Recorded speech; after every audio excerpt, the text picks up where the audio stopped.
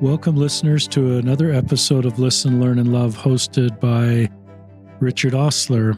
We're going to talk about pornography on today's episode. It's a topic that we touch on every now and then, and once in a while I run into someone that's doing great work, and I feel impressed to bring their work to you, our listeners, so that more connect with that person's work. And that person is joining me via Zoom is Sara Brewer.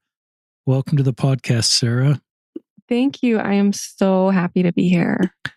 And let me just read some of the content on Sara Brewer Instagram, and that's at Sara Brewer Coaching. We'll link to that in the show notes, but it says she's a coach, quit porn, shame-free, sex positive. She has a podcast called Overcoming Pornography for Good and a website, sarabrewer.com. And this podcast would be for those that are working to put porn use behind you, and also those that are parents or local church leaders that want better skills to help others put porn use behind them. I think I've been open with my story. When I was called as a YSA bishop in the LDS Church, the first person outside my door to talk to me was talking about porn, and I didn't have a lot of skills that I gradually picked up and continue to pick up to help others. I wish I'd met someone like Sara Brewer and was familiar with her content. It would have given me better tools to help others. And so that's kind of my hope. The way I found Sara Brewer is people just kept mentioning her in prior podcasts or messages. And so then finally one day I went to her website, and she had these testimonials on her website. And one of them was Koji Aoki, wonderful young man that grew up in our neighborhood who talked about his 10-year journey with porn use. And then this very short window, once she connected with Sara Brewer, to put that behind him. And I reached out to Koji and asked him if he'd be on the podcast, and he's on episode 544. If you want to scroll back and hear his full story, you can also go to Sara's website to see his story there. But now I felt like let's get right to, the headwaters. I don't know if that's a good word, but kind of the person who's bringing this expertise into our community.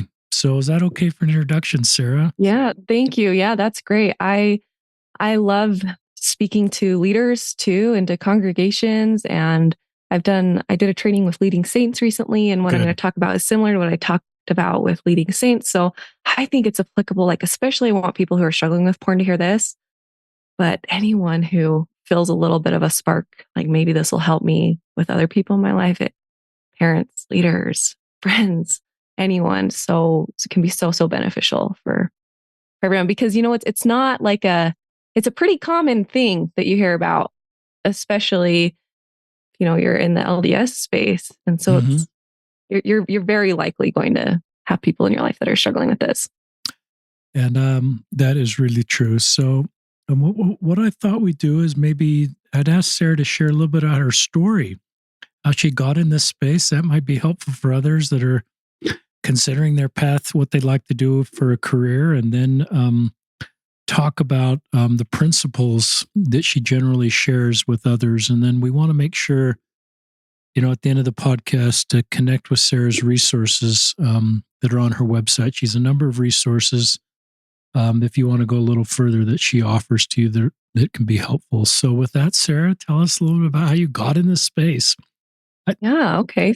So I served a mission, and when I came home, I had the best mission experience. I loved it, but I really, really struggled after my mission. I had a lot of just emotional, mental. I wasn't very emotionally healthy. I didn't feel much of a purpose anymore. It was really difficult. And I found life coaching. You maybe heard Jody Moore's name. I found Jody Moore. Yeah. Loved her. She gave me so much purpose. She helped me just feel good. I became a mom just 3 or 4 years later, and was struggling with that, and coaching helped me with that.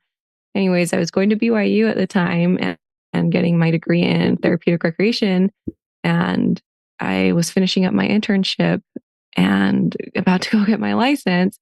I do not want to do that. What I actually want to do is life coaching, and let's talk to return missionaries, because that's how it really helped me. So I just started throwing stuff out on Instagram, connecting with people, working with people. And with return missionaries, what came up over and over and over and over again was, after a few sessions in, they're like, I have to tell, like, this is really what is so painful for me. And I'm kind of scared to tell you, but can you help me? I'm struggling with pornography. And I quit before my mission, but it came back and this is really difficult. And, in the meantime, leading up to this, I had become very familiar with Jennifer Finlayson-Fife, who I saw that you just interviewed. I love her. Yeah. Oh, she's been such a big inspiration for me. Had done coaching certifications around buffering and all these things. And so we started working on it, and the process just worked really, really well for people. Really well for people. And so I was sitting with this. I remember a moment sitting in my parents' basement being like, okay, Sarah, are you going to focus on pornography and talk about pornography? That seems like a big topic. But I had this moment where I just knew, and I just felt very, very called to put all of my effort into that and energy into that. And it didn't feel scary and it didn't feel overwhelming. And it's because of the things that I know about porn and what it really is and how it is. Anyways, we'll talk about a lot of those myths here in a minute. But anyways, yeah, I just feel very called to do it. And I love the coaching. And then I also love the other side of that, which is marketing and podcasting and getting to be kind of in charge of my voice in the world. And that's how I got into it. That's cool. I love hearing stories. And there's so many stories where someone just feels an impression. There's kind of a lot of fog around how that's going to work out, but they just kind of move in that direction, and they don't. Then a period of time passes, and they kind of look and go, "Wow, this is really working out," and I'm grateful. And often, some of these roads, there's no one that's really further down the road doing exactly what you're doing, which I think is true of the space you're in. There's very few people that are doing that, and so I think that's just a cool story that gives vision to younger people that wonder if they can sort of make their way forward and courage to try things that maybe haven't been tried before. So that's cool, Sarah. Yeah, thank you. Yeah, it felt like a God thing. It was a God thing for me. That's a good thing. Yeah. Well, want me to get into the content? I'd love you. Go for it. I told Richard, I said, I want to spend most of my time talking about these things, teaching about pornography and how to quit and all these things, because I think this is much more useful than anything else I could talk about. So what I typically like to start by telling people is that if you're struggling with porn, your porn use does not make you any less of a person, any less worthy of a person, any less worthy of a happy, fulfilling, beautiful life. A lot of people with pornography, they think that they're stuck in it because they're not good enough, because there's something wrong with them, because they're not righteous enough, because they're not strong enough. And that's just not true. The reason you haven't been able to quit is not because you're not enough or good enough or smart enough or righteous enough. There's just kind of been some, we need to learn a little bit more about it. We need to get to the root of what's really going on. I have people all the time, who come work with me or listen to my podcast say, this is a lot easier than what I've been trying in the past. And it's because we get rid of a lot of that shame. And when we look at, real tools at how to look at the root of it, there's so much hope. This is not something you have to be stuck in forever. And there's a very hopeful path forward. So that's my main thing that I want to bring across in all of my speaking engagements, is just that there's so much hope here. And let me show you why. I really agree with that. And I love these words you're using. You're not less, your worth is set. Somebody in one of my podcasts said, your worth is set. Everything else is experience. And our doctrine, I think that's consistent with our doctrine because of our divine nature. And so I love the way you help people focus on that and de-shame as part of that. That's great. Yeah, I just had a text. I was just texting one of my coaches who works for me, and he was saying some of my clients are having a hard time like feeling worthy and reconciling that with temple worthy and am I worthy? And something that I teach is there's a difference between being worthy as a person and being temple worthy, and we have to be careful that we don't get those mixed up. Temple, you are 100% worthy as a person, enough as a person, good as a person, like just because you're a child of God. And then temple worthy, that's just something different. We got to be careful not to get those confused. And that's a good, that's a whole other podcast, but I've kind of Yeah. in my mind wondered in Latter-day Saint culture, because we have these hurdles that we work towards to be temple worthy. If that creates a challenge to feel just worth by our divine nature, and if we're kind of chasing always being worthy by hitting checklists and getting to the next Mhm. thing, and I don't have an answer to that, but I've wondered that in my mind is perhaps this worth thing more of a challenge in our culture because of expectations we put on ourselves or the culture puts on ourselves. But that's kind of a tangent. I think about that on my Yeah. long walk, Sarah. Well, I had a conversation with Julie Hanks about it once, and she said, I would love if we would use like temple prepared instead of temple Ooh, worthy. It seems to be a little bit of a better fit. I like that. That's a great idea. Yeah. So, getting to the roots of porn use, there's three I'm going to talk about. The first one is escape and buffering. And if you've been introduced to me before, you probably have heard that word buffering before, but if not, I'm going to explain that. A myth that a lot of people believe about porn is that porn use is about an overactive sex drive or it's about being rebellious. The truth is that unwanted pornography use is really about buffering, which is a term I use to describe actions that you take to avoid negative emotion. So there are a whole bunch of things that you can use to buffer. You can use sugar to buffer to escape emotion. You can overshop, scroll social media, Netflix, all these things that we do to escape emotion, kind of to numb out, right? And so that's what pornography is it's an escape from negative emotion, a way to numb out those things that come up like stress, loneliness, resentment, anger, shame is a big one, pressure, boredom, even just feeling antsy. It's a way that you've escaped that and your brain's used to escaping emotion with porn. And right, we know it doesn't work long term. It's a very short escape, but that's what it is. It's not that you have an overactive sex drive and it's not just that you're rebellious and not good enough. A lot of things that a big mistake a lot of people do as well here is that they try to solve pornography with what I call band-aid solutions. So filters on phone and computer, which are great, and there's a place for those, but it's not a long-term solution. Using willpower, trying to replace that urge for exercise, trying to focus only on being more spiritual. These aren't going to get to that root of the problem, which is escaping the emotion. Those are more band-aid solutions. So instead, a much better way to quit porn long term to really hit the root of this problem is to learn emotional management, coping skills with these emotions, look deep into those, see what's going on, be willing to and gain the awareness of what's really happening. Emotional resiliency, which is this ability to feel emotion. A lot of people, especially I think men in our society, are taught to repress emotion and not feel emotion, and that actually creates more unwanted porn use or other buffers, over drinking, all the things. And then also healing emotional wounds. So again, just those three things that we want to focus on instead: learning emotional management, emotional resiliency, and healing from emotional wounds. Um, I'm right now. I'm thinking of. I can still see the face of that guy that walked in my office in 2013 after I was Mhm. set apart. And he wanted to talk about porn, and I went to Band-Aid Solutions, Sarah. That's all the things in my tool basket. Mhm. Sort of white knuckling it. We set up a calendar of how many days. We gave scripture, increased sort of spiritual tools. Cause that's the only thing kind of new in my tool book, which are Mhm. good, I like spiritual things, but I often Yeah. recognize this isn't the path to long term. I'm putting this behind you. So this is just really good content.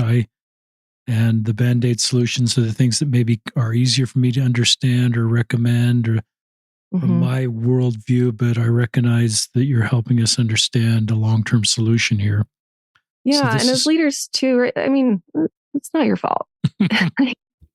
My dad's a YSA bishop. Actually, he was just released. And so I always tell people, I'm like, I love these bishops, and especially these YSA bishops, just the salt of the earth, just doing everything that they can and have so much power and can help in so many ways. And like you weren't taught what to do with Right. porn and they weren't taught what to do with porn, and that's okay. And we're learning now and we're figuring it out now. That's great. But listeners, this is a couple words I haven't used a lot before. I like that Sarah's using root. I love the principle that to get at the root, but just so the escape and buffering is the content, is the vocabulary that Sarah's using. And I think that's really, I like the vocabulary there, escape and buffering.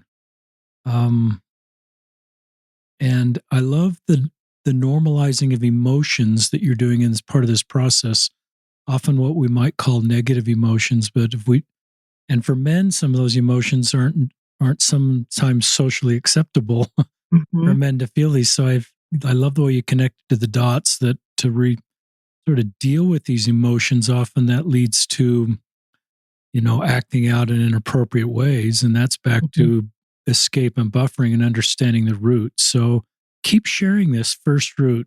More thoughts. Yeah. So one thing I always like to bring up around here is the emotion of shame, because, and this is actually why I was so passionate about talking about this and wanted to go into this, is because I saw, especially in RMs who are the sweetest, like, again, salt of the earth people, like there's so much shame. And you can see clearly the patterns that happen when we feel so much shame around it. The shame increases pornography use. Always. It never, ever helps us quit porn. But a lot of people, they don't know what else to do. And they're like, well, I have to tell myself that there's something wrong with me or else I'm not going to quit. But it's actually the opposite that usually makes it worse. So shame comes from this belief there's something wrong with me. What is wrong with me? There's something wrong with me, right? We even say shame and you can start to feel it in your body a little bit. Shame is never from God. And so there's a difference between guilt and shame, right? Guilt is I did something wrong. It's like a little signal. Hey, that didn't really align with your values. Shame is there's something wrong with you. I always think of um, like Adam and Eve, and they take the fruit, and the first thing that Satan says to them is hide, avoid, hide. Like, what have you done? You should hide yourself. The actions that come from shame are hiding and avoiding. We learned that from Brene Brown's research. When you feel shame, you're always going to hide and avoid. And so I think it's really fascinating. That's the first thing Satan said to Adam and Eve when they took the fruit or slipped up, is hide, avoid, is shame. I think we have to be very, very careful that we do not mistake the voice of shame as the voice from God. Another way we can know shame is not from God is looking at the fruits, right? The fruits of shame, hiding, avoiding, buffering with more porn use, right? Because when you're feeling shame, it feels awful. You do not want to feel that. And so if you're used to buffering with porn, you're like, well, I already slip up. I'm already the worst. There's already something wrong with me. Maybe I can escape this at least for a few minutes. This is how I know I can, get rid of this for at least just a minute. I'm going to view more porn use. And then the cycle continues. View porn, feel shame, hide, avoid, buffer with more porn, feel shame. Just the cycle continues over and over and over again. So I could talk about shame for a long time. We do a lot of work around shame. One thing that I think is important for people to understand too is that it's not either shame or justification. Sometimes people get stuck because they think, well, if I'm not feeling shame, then I'm just going to go view porn all the time. And those are two very opposite sides of the spectrum. What I like to help people get to is somewhere here in the middle. And so there's also this middle ground of commitment, of worthiness, of hope, of a lot of different emotions. We don't have to be on either sides of those spectrums. In fact, either side of those spectrums are not going to get you the results you want. You're going to stay stuck in porn if you're stuck in shame, and you're going to stay stuck in porn if you're stuck in justification. I like the way you set up shame and justification. No one's ever done that before. That's really thoughtful. Yeah. Staying on shame, because I think it's such central. Talk to parents that have got that, I've got younger kids at home and kind of want to get ahead of this in the sense that they want to create a family culture that doesn't create shame around porn use. They still don't want their kids to view porn. They don't want to, but they also want to create a family culture where they're not creating shame and that their kids will talk to them if Mhm. indeed porn use comes in their life. Talk to parents that are trying to create a culture, a non-shame culture, if that's a word.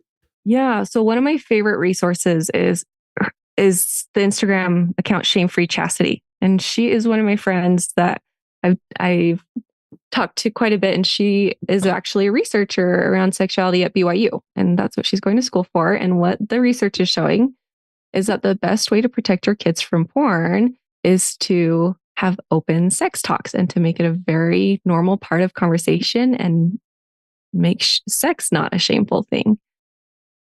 Which is really interesting, right? Because sometimes we think it's going to be the opposite, but it's not. All the research is showing the more open you are. Because I think the research shows too that a lot of kids they go to porn at first just because of curiosity and education. And so if we can let them know that they're safe to come to us instead, um, so that's the first thing that I would recommend is having consistent, making sexuality just a normal part of life that you talk about and learning how to do that in a way that it isn't just like one big talk that's everyone's afraid of. And then the second thing I recommend is teaching your kids that sexuality is the same thing as other emotions and we don't have to be afraid of it. So, anger, right? You're working with your kids all the time on anger. You're teaching them, okay, yes, it's okay to feel angry.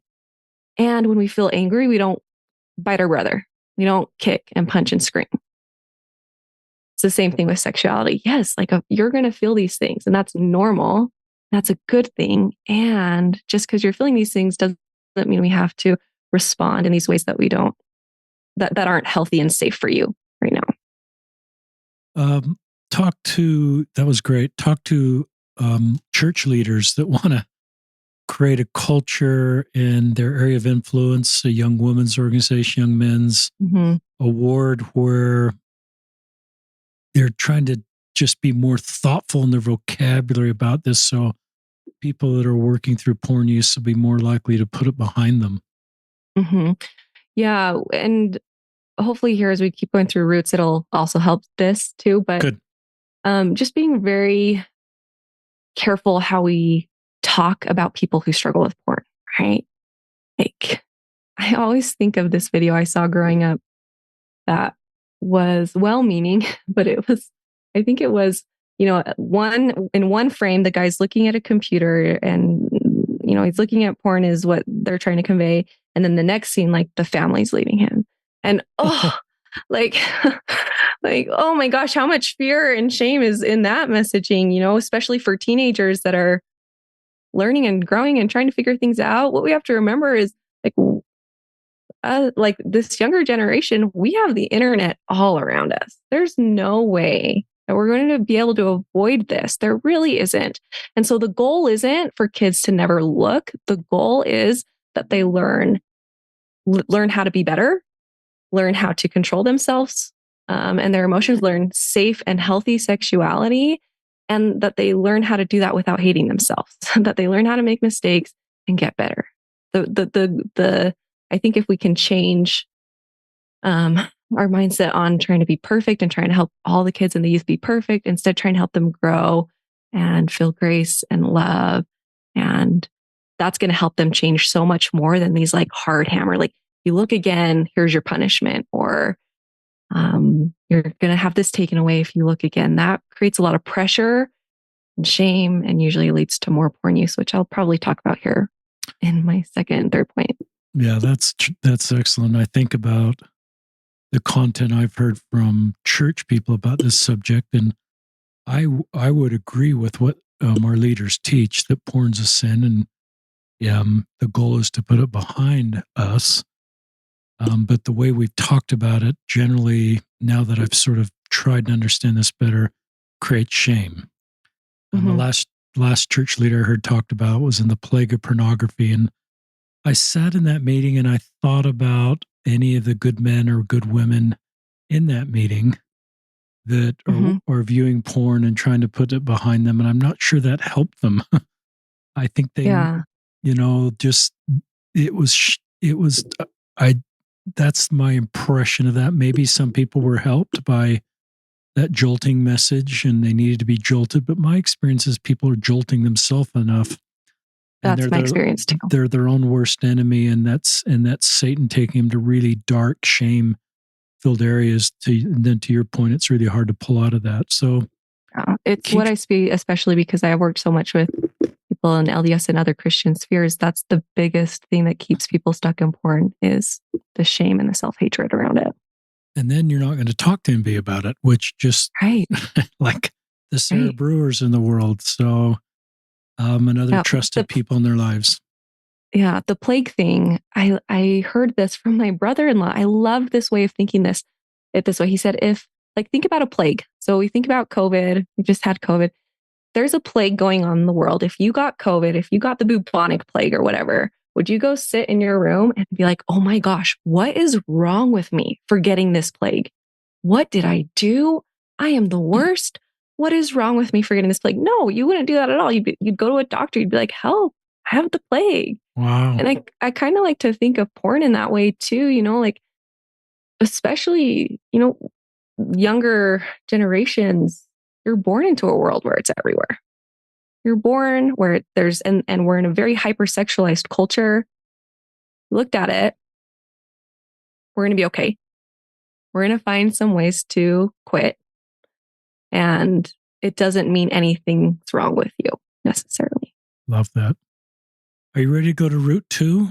Yes. Let me make one quick note on physiology versus morality. Good. This seems to be really helpful for leaders as well with the shame stuff. So there's a difference between physiology and morality. Physiology are normal, natural body responses.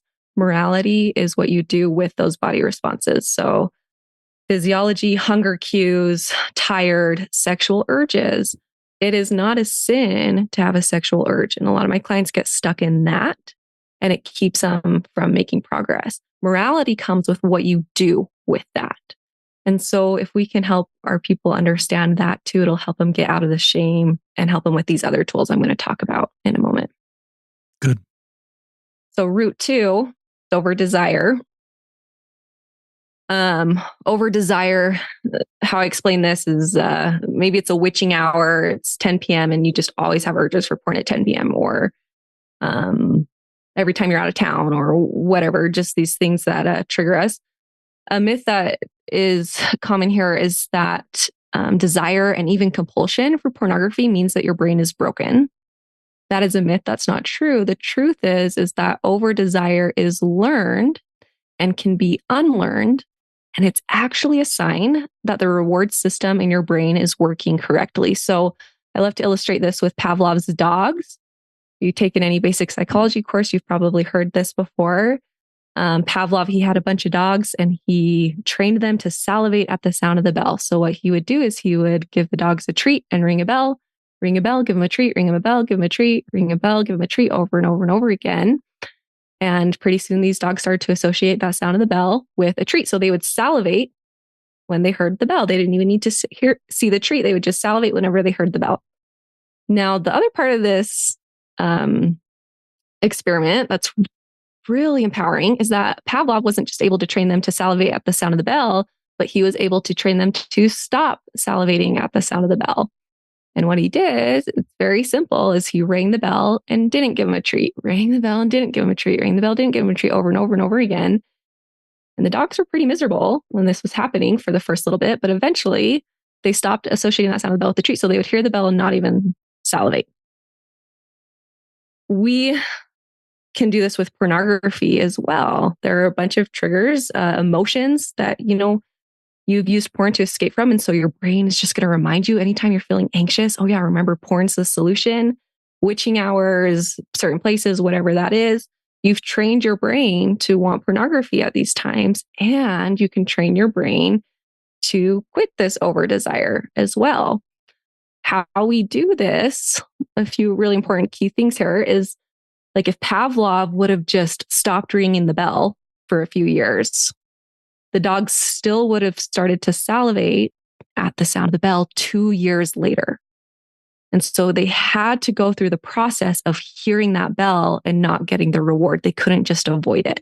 And so this is a mistake a lot of people make with porn is they just try to avoid it. They try to avoid any triggers. They try to avoid any feelings. They try to avoid anything, which makes sense, right? So you don't know what else to do with it.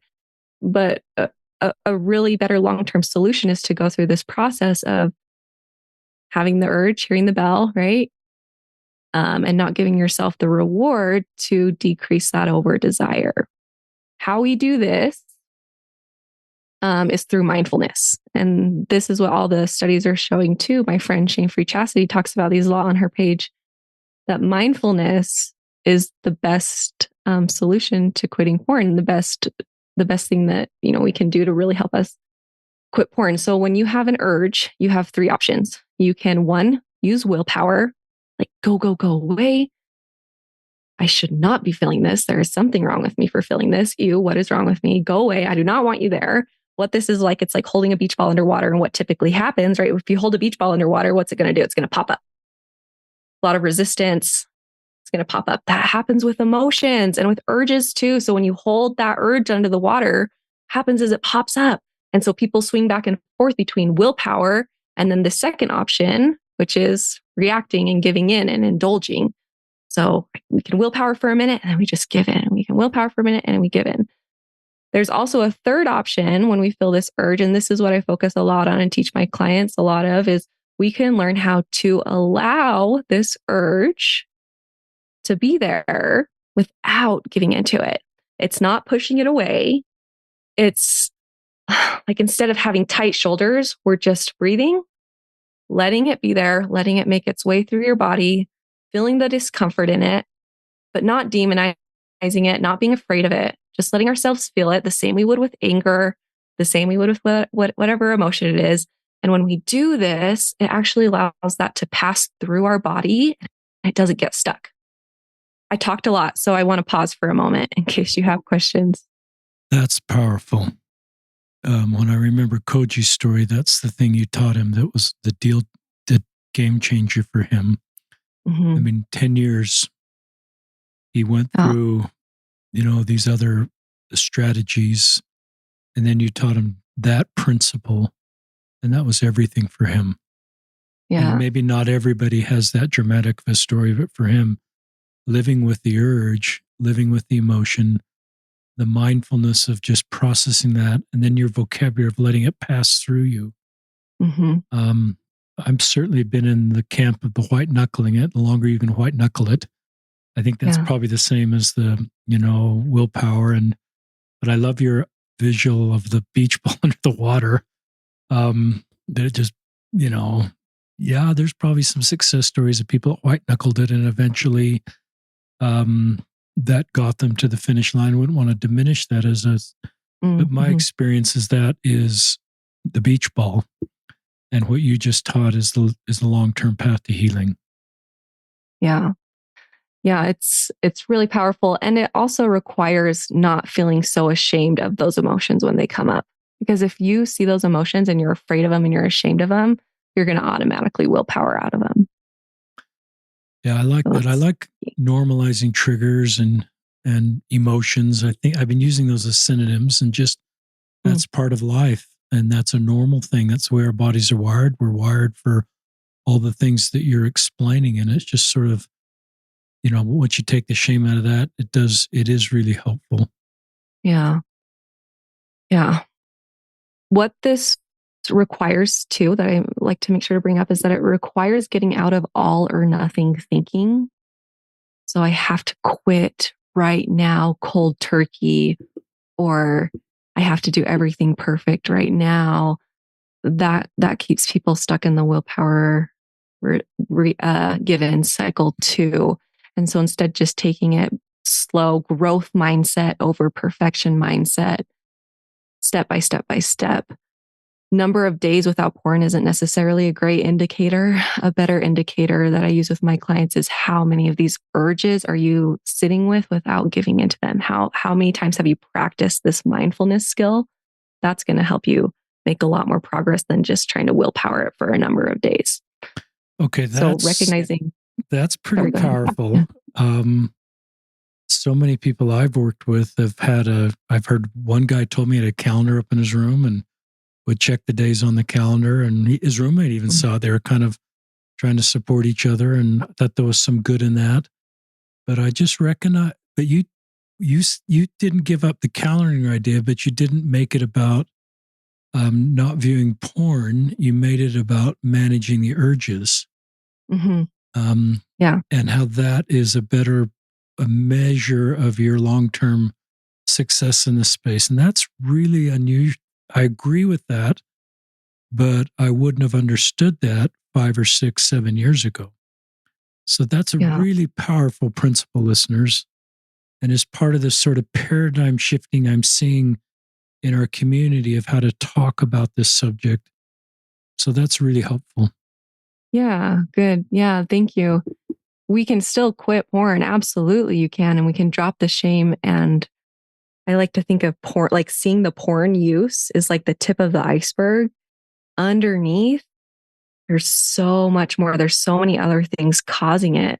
And so just trying to focus on that little tip of the iceberg, the porn use, only focusing on that isn't going to help us when there's all this stuff underneath, like urge management, buffering, some of this identity stuff we'll talk about.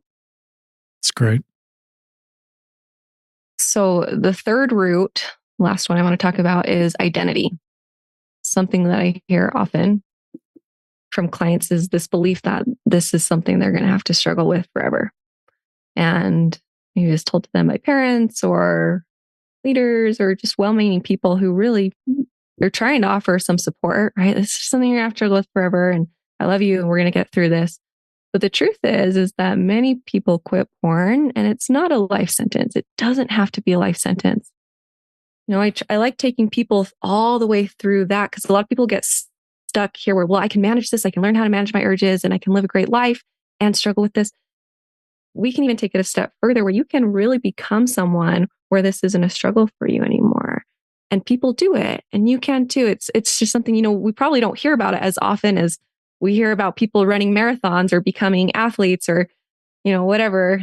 People don't want to talk about their success quitting porn quite as much as you would maybe want to talk about these other successes, but it does happen. It does happen, which is why I love when I have clients like Koji and Quinn and other clients who will share their stories to help build that belief for people. How we think about ourselves really, really matters. So if you want to become a runner, you have to start seeing yourself as a runner, or at least start seeing yourself as someone who can become a runner. If you want to be successful in your company, you have to see yourself as someone who is competent and able to thrive at the company. You're not going to be able to become that if your identity isn't there. And so it's really important that we apply this to pornography as well. You have to be able to start seeing yourself as someone who isn't going to struggle with porn forever, who doesn't struggle with porn, who is not stuck here forever. That's really, really important kind of last step. One thing I like to mention here is that all porn users, let me say that again. A myth that a lot of people believe about pornography is that porn use equals addiction. But a truth here is that porn use does not always equal addiction. And we have to be really careful, especially on a community level, to not, and I don't know if we do that as much as maybe we did when I was growing up, but we have to be really careful not to just assume addiction in people. I love Dallin H. Oaks' quote. It was in an Ensign article. I don't know. Do you recognize this? I do recognize the quote. Yeah. Yeah, it's a great one. I'm going to read it because it's great. I love sharing it. It says, we recognize that not everyone who uses pornography willfully is addicted to it. In fact, most young men and women who struggle with pornography are not addicted. If the behavior is incorrectly classified as an addiction, the user may think he or she has lost agency and the capacity to overcome the problem. This can weaken their resolve to recover and repent. It is important not to label even intensive or habitual use of pornography as an addiction because that does not adequately describe the circumstances or the full nature of the required repentance and recovery. I really like here that he says it's important not to label even intensive or habitual use of pornography as an addiction, because sometimes people think, well, yeah, but like if you're having some compulsions or you're doing it out of habit, then isn't it just an addiction? And no, not necessarily. We don't have to label it that way. So my approach is very what's the word? I'm very results focused. And so I like to let people um, choose to use that label if they want, if it's helpful. But I let individuals decide whether or not to use the addiction label. And I let them know that just because they're struggling with it or having compulsions for it, we don't have to classify it as an addiction. And I have a lot of podcast episodes where I just went into this with another Christian researcher and how they've started to change a lot of the nuances there that you can listen to if you want to hear me talk more about it. But here's what I typically say to people. If it's helpful, use the addiction or use the label. If it's unhelpful, you can drop it, because what I hear people say when I ask them, like, how do you feel when you're addicted? A lot of the responses that I get are, I feel out of control. I feel hopeless. I feel fearful. I feel like I'll never be able to change. I'll feel like I've gone too far. Think about the identity we have around that, how that can really hold people back from changing. And so a lot of times my clients will change that phrase, like, I'm addicted, to I have a habit. And even that is so liberating and so freeing. What we really want to avoid here is we want to avoid fostering an addiction mindset, which is like an I can't change mindset. I'm just stuck with this. This is always going to be here. Versus that growth mindset that I talked about. We want to avoid creating addiction identities for people who, it's not necessarily true for them. We want to avoid young teenagers thinking that they're addicted because they're interested in porn. I can't tell you how many times I've heard that story of someone who's, going through puberty and the brand new age of internet and 14, 15, 16, and they looked at porn and they feel awful. And then they hear that they're addicted, and then they think they're stuck with it forever. And this follows them up until their 20s and 30s. And it's sad. It's sad. We don't need to do that. And we also want to avoid people and members feeling hopeless and stuck. So that's why I really like to mention this and bring this up. I love that quote from Elder Oaks and your content around that. And yeah, and especially it's such a shameful space that so many people's minds go to really dark places when they start porn use or can't overcome it. I've always thought Satan doesn't win with porn use, but Satan wins if he can trap us in the lie and the shame and the things you're describing. So that's Exactly. that's kind of where I think Satan wins more, in the mindset and the isolation and the shame and the labeling of addiction and the self-loathing and all the things you're describing. Exactly. And so that's what we need to break. Yeah, that's like one of the main things that if I could just get it out to the world would be you can't hate yourself into change, and you can't pressure yourself into change, and you can't self-loathe yourself into change. Wow. It's never going to happen. Wow. Keep sharing. I think our listeners are just picking up so many nuggets that are helpful. I am. Yeah, good. Well, those are my three big roots here that I want to talk about. I do just have a few key takeaways, things that I want to mention at the end. Is that there's nothing wrong with you if you're struggling with porn. There is nothing wrong with you. There is nothing wrong with you. You are not too far gone. You're going to be okay. This isn't going to follow you for the rest of your life. You're not a less worthy person, individual, child of God because of this. You're going to be okay. It makes sense that you're struggling with porn. There's no shame here. And there's a way out. You can quit, and it can be a lot easier than what you've put yourself through in the past. It doesn't have to require the self-loathing and the hatred and the willpower cycles that are exhausting. There's a much easier way. You can do it. I have a client, Quinn. His name's Quinn. He's LDS. I bet he would love to talk to you, Richard, if you ever want another person. But he quit at the age 63. So he struggled for 50 years and quit at age 63 with these tools. And he loved it so much. He became a life coach. He's retired, but he wanted to be a life coach. So he's working in my program now, working with similar people. And I love using his story because, it's never too late. You're never too old, never been too much of a problem. There's a lot of way out of this, and the way out of this is healing. Is healing. Who is it? Oh, Givens, Fiona Givens. I love her. Same. She recently spoke to a group of coaches, and oh, did she say this?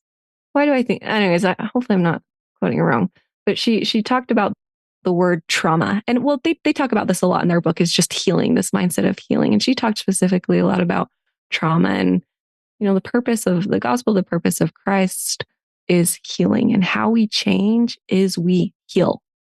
That's how we change. That's how you're going to quit porn, is by healing all these things under the surface that are going on, not by trying to muster up more willpower and tell yourself that you're not good enough until you quit.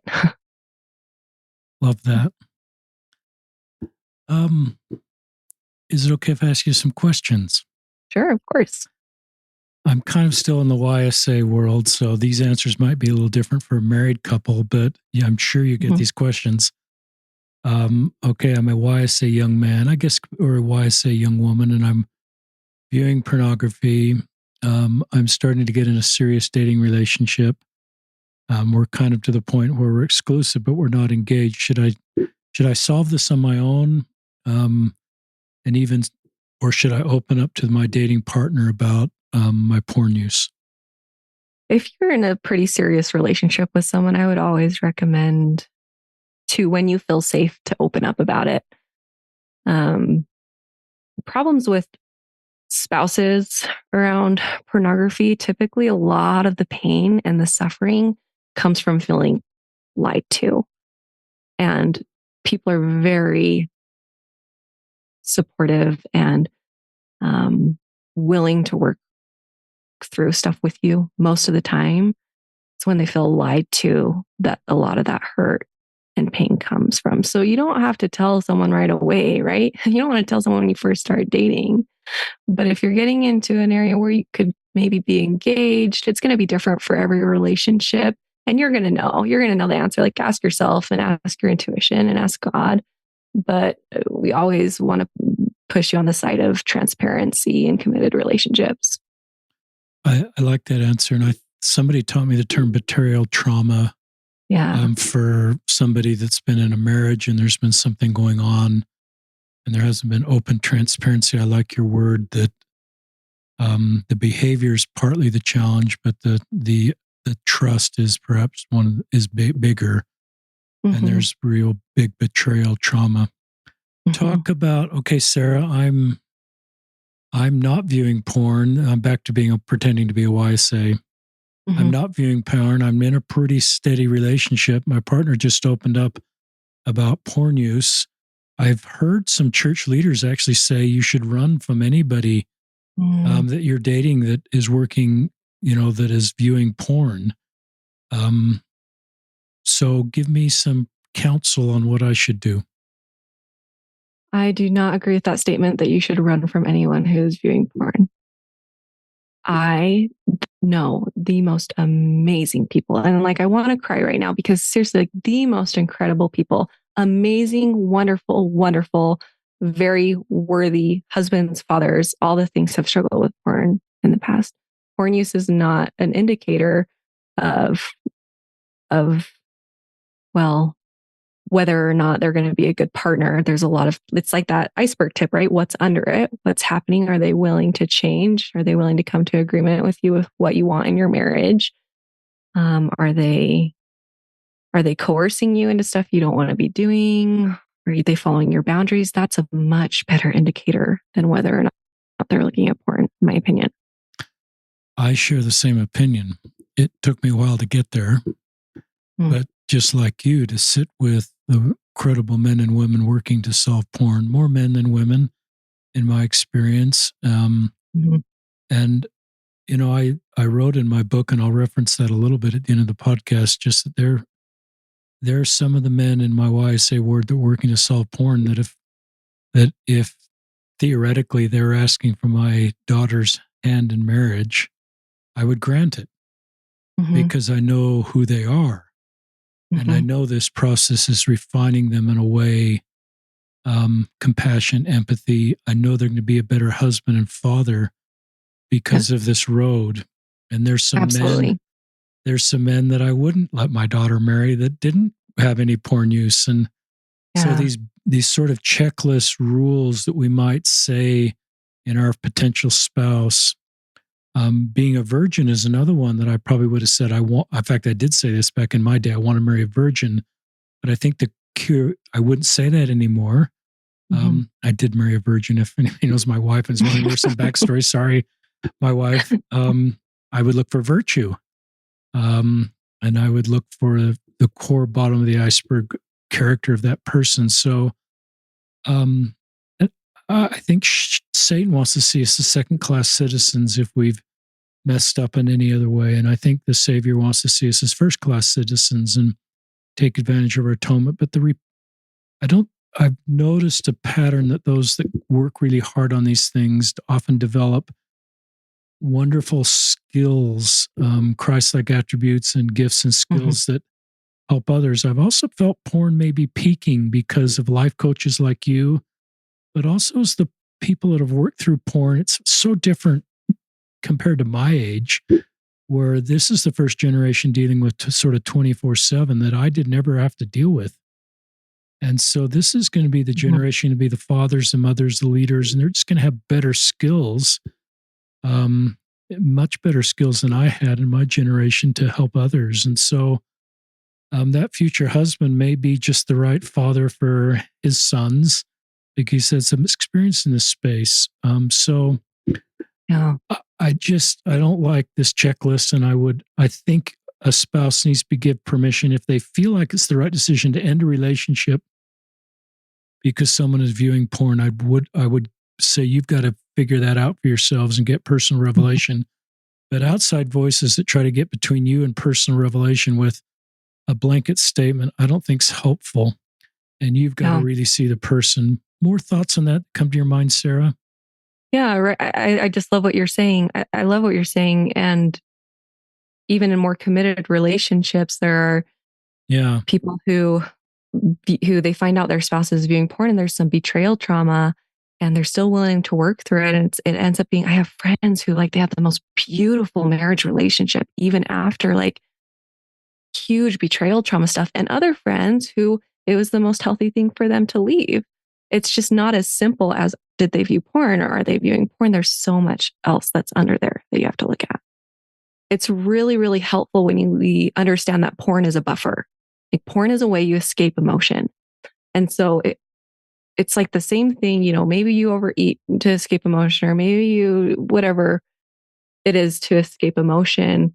Um, it doesn't mean that they're a terrible, gross person. It's their coping mechanism, literally.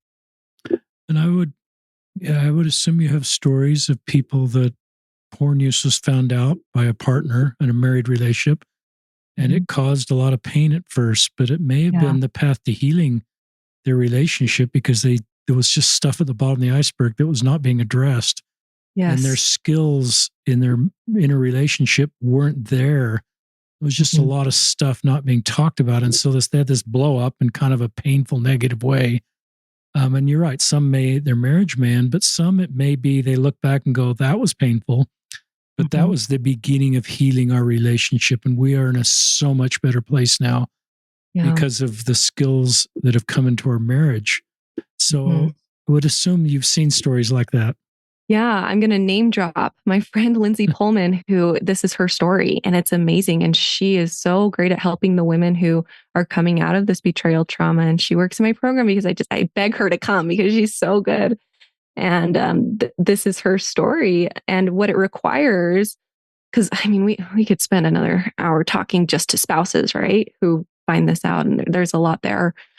It requires you also being willing to heal yourself. And so you're both participating in your own individual healing while healing the relationship. And it's hard work. And depending on the dynamics, it can be a really beautiful healing thing together. But even if it's not together, it can be a really beautiful healing thing for yourself to learn what you want in your life and in your relationships, and gaining power for yourself and healing yourself. And it doesn't have to be this my life is ruined thing. I tell my clients this all the time. Like, this can be a catalyst for you having a really beautiful, healthy, healed life. I love that. And I use this quote a little bit. It's the Apollo 13 quote with Gene Kratz when everything seems to be going sideways with Apollo 13. And he says, in the moment of real difficulty as a true leader, with all due respect, sir, I believe this is going to be our finest hour. So couples like you're talking about may look back and say, well, that was our most painful hour. Apollo 13 looked like it was crashing and it was just the very worst case scenario. But it may, after they get through that and use all the things that you and the atonement and others, and just they may look back and say, that was actually our finest hour. We don't want to relive it. Right. But it was our finest hour because it put us on a path to healing. And so I think of the Savior and the way he brings hope into the difficult moments of our life. And I love the word hope, and I love the word being positive. Other thoughts that come to your mind? We've still got a little more time, Sarah. Just one quick, as I'm thinking about women who might be listening to this, maybe their spouse is going through this. I also don't want them to feel like it's their responsibility to heal the relationship, because it's not. It's not their responsibility, and it's not their fault.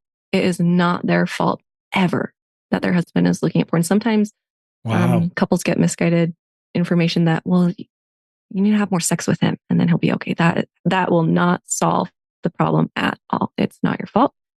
A lot of women feel very self-conscious, like maybe they're not enough, or they aren't doing enough, or they don't look good enough. It has nothing to do with that. And I know it's one thing for me to say, another thing for you to feel in your heart. But if you're experiencing this betrayal trauma, which is very real, it is very worth it for you to get resources and to invest in help for yourself, not just your partner who is trying to quit porn. A lot of women think they need to put all the money and all the resources and all the time into the partner. If the partner just gets better, then everything's going to be okay. You are just as worthy and deserving and in need of some help as you're going through this process too. More thoughts that come to your mind. That was great. I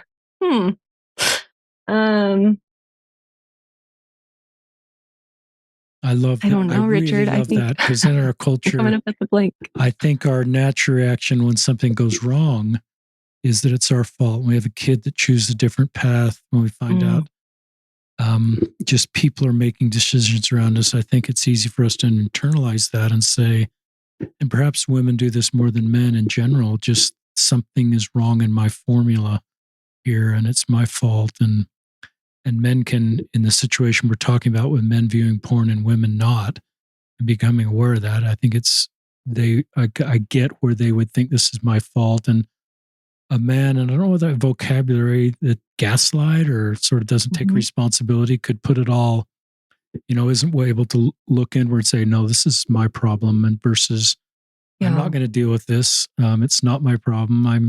I'm just going to put it on the innocent spouse, and that just adds trauma on trauma. And that I think that just makes God cry. Yeah. But I don't want to create shame there when I say that.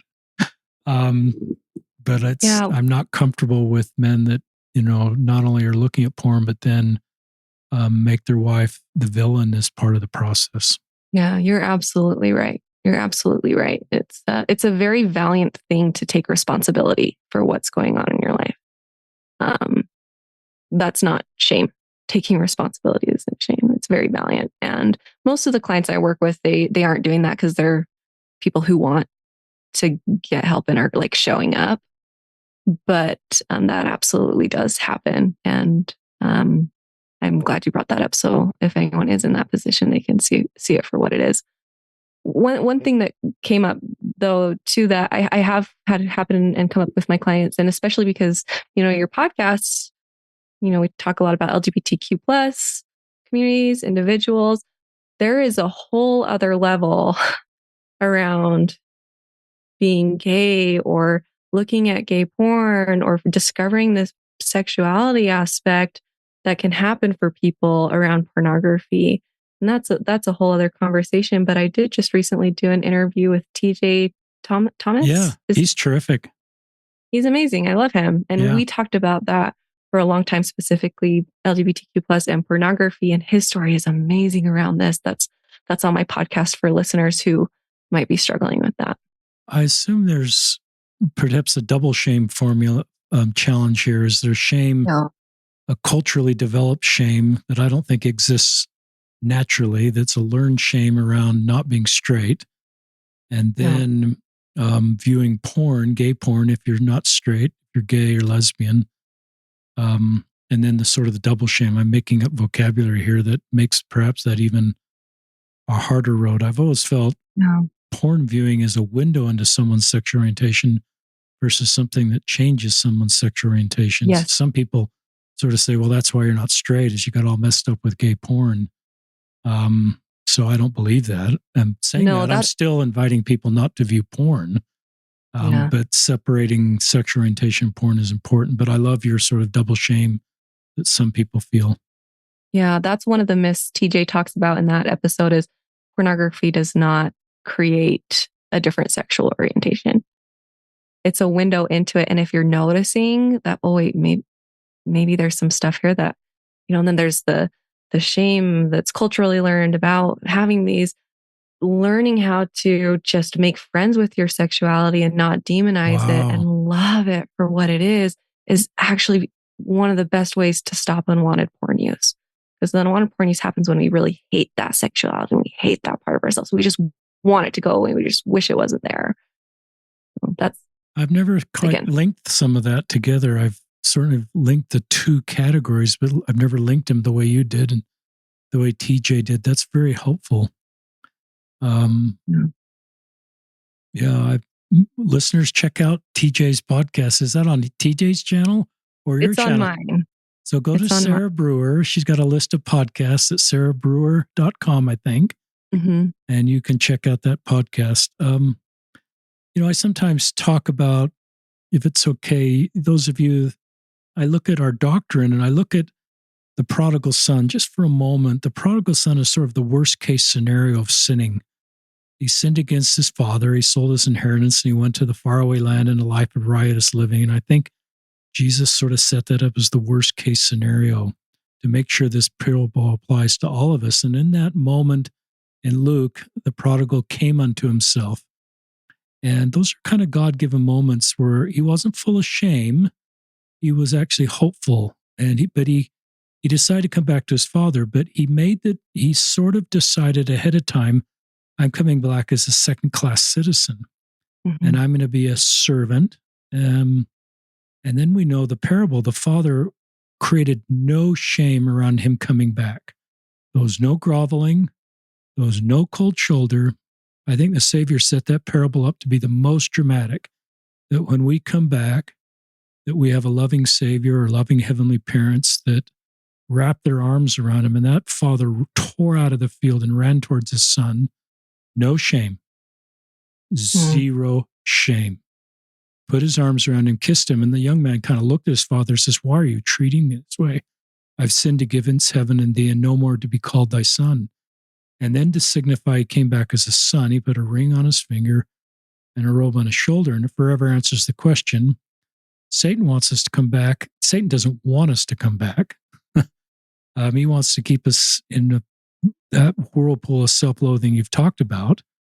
But we do have those moments that are sort of God-given. I'm going to try to come back.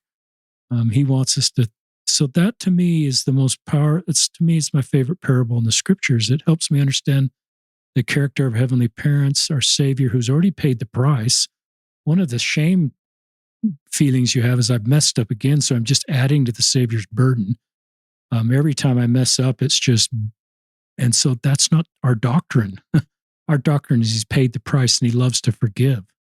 And it's a great gift he's given. So that's the way I look at it. I also like, Institute teacher taught me in Isaiah about though our sins be as scarlet, they be as white as snow. And a lot of us don't believe that. They believe, well, a lot of repenting on my part and a lot of forgiving on the Lord's part, he can get me to a light shade of pink, but they become pink Latter-day Saints. And they go, oh, she'll never want to date me. I messed up before my mission. he'll never want to date me. I was sexually active, and I'll never be the kind of mom in Zion that he's probably looking for. And we sort of live below our privileges. Use Elder Uchtdorf's talk, and we see ourselves as pink Latter-day Saints and not clean and worthy, even though we may not be perfect. And so I think there's doctrine there that supports this non-shaming approach that Sarah's talking about. It's not selling out our doctrine to talk like this, listeners. I think what Sarah's doing is using our doctrine the way Christ would use it to help us find hope and healing to move forward. And there's so much pain in this space, and it's unnecessary.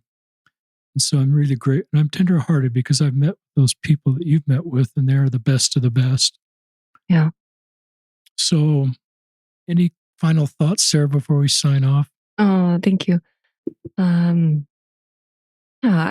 like to look at results, right? And so I see things, I see fruits as signs from God, right? By their fruits you shall know them. And that's how I know that shame is not something that God wants us to use to change. Because the fruits, and I see this when you look at the feelings and then you look at the actions and then you look at the results from that emotion, the fruits are never good. I love that formula for finding out what is from God and what is not. Love that. So listeners, check our show notes out for Sarah's Instagram. I'll tag it when I post on social media, and her website. Please check that out.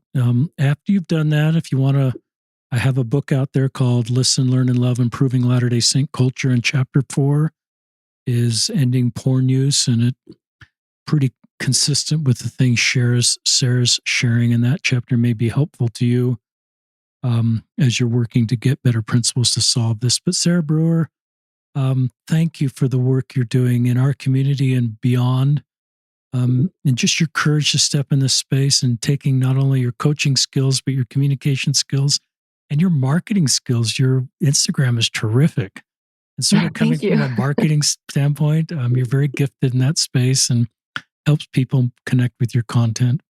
Thank you. But listeners, act on the impressions you felt on how to do better in the space. Don't make a 10 checklist thing to do. Don't overburden you with 20 things. Just act on the impressions you felt to do a little better. And this is Sarah Brewer and Richard Osler signing off from another episode of Listen, Learn, and Love.